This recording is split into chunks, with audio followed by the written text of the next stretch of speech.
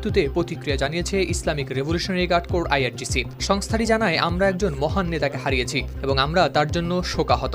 ইরানের আধা সরকারি বার্তা সংস্থা ফার্স নিউজ এজেন্সি প্রকাশিত এক বিবৃতিতে জানা যায় এই তথ্য।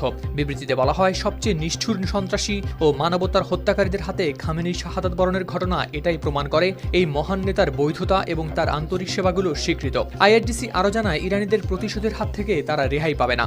দেশীয় ও বিদেশি ষড়যন্ত্র মোকাবিলায় আইআরজিসি অটল থাকবে। সংবাদ মাধ্যম আল জাজিরার প্রতিবেদনে প্রকাশ পেয়েছে এ তথ্য। সিলভার টিপ কন্ট্যাক্টে তৈরি নিরাপদ ও নান্দনিক ক্লিক সুইচ নির্ভরতা জীবন জুড়ে।